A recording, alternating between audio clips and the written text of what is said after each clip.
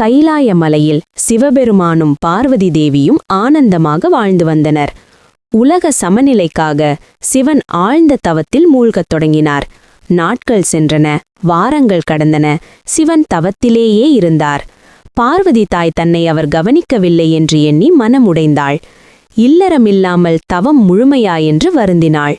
ஒருநாள் தன் வேதனையை சொல்லியும் சிவன் கண் திறக்காததை பார்த்து பார்வதி தாய் கோபத்துடனும் துயரத்துடனும் கைலாயத்தை விட்டு சென்றாள். அவள் அடர்ந்த காட்டிற்குள் சென்றாள். சிங்கம், யானை, மான், பறவைகள் வாழும் வனம். அங்கு ஒரு பாறையின் மேல் அமர்ந்து கடும் தவம் தொடங்கினாள். பழங்கள், இலைகள் மட்டுமே உணவாக. மழை, வெயில், குளிர் அனைத்தையும் பொருட்படுத்தாமல் சிவனின் இதயம் கருணையால் உருக வேண்டும் என்று தவம் செய்தாள். அவளது தவ வலிமையால் காடு தெய்வீக ஒளியில் மின்னியது.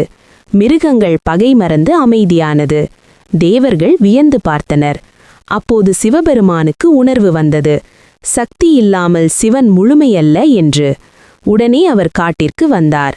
தவத்தில் அமர்ந்திருந்த பார்வதி தாயின் முன் தோன்றினார். அம்மையே, உன் கோபம் கூட உலக நன்மைக்கே. இனி உன்னை பிரிந்து நான் இல்லை என்றார். பார்வதி தாய் கண் திறந்தாள். கோபம் கருணையாக மாறியது. காடு முழுவதும் ஒளி, தேவர்கள் மலர்மழை. அன்றிலிருந்து சிவசக்தி ஒன்றே என்று உலகம் உணர்ந்தது. ஒரு லைக், சப்ஸ்கிரைப் செய்யுங்கள்.